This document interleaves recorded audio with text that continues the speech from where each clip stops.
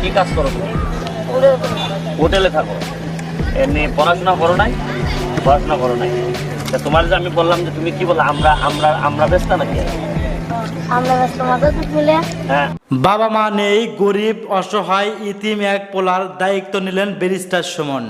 তো বন্ধুরা, শুধু তাই না, যে ছেলেটি আগে রাস্তায় রাস্তায় বদল টোকাইতো সেও এখন স্কুলে যায় লেখাপড়া করবে, যা বললেন ব্যারিস্টার সুমন।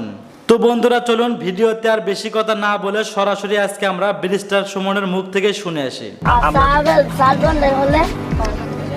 মানে আমরা বেসলে কি হয়, মাথায় ব্যথা পাওয়া যায় কেন? মাথায় ব্যথা লাগে কেন? ও আমরা বল নিয়ে আটতে মাথায় ব্যথা করে।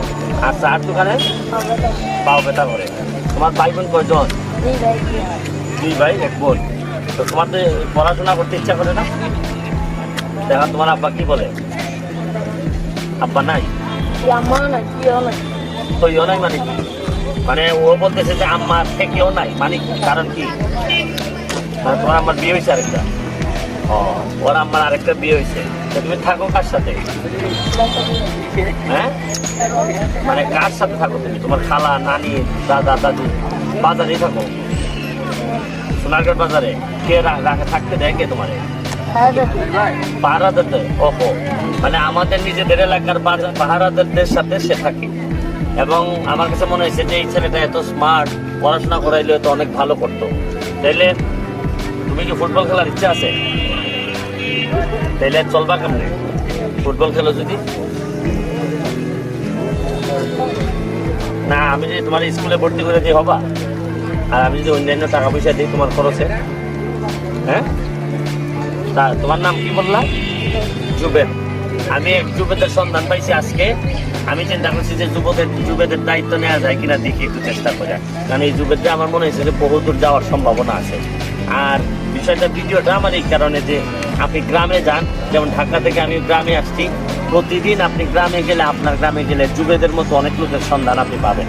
আপনি যদি সামান্য মানুষকে একটু সহযোগিতা করেন, এইসব যুবেদরা দেখবেন দিন দিন বিভিন্ন জায়গা থেকে বেরোয় এসে এমনও হইতে পারে যে সম্ভাবনাময়ী যুবেদ হয়ে উঠতে পারে।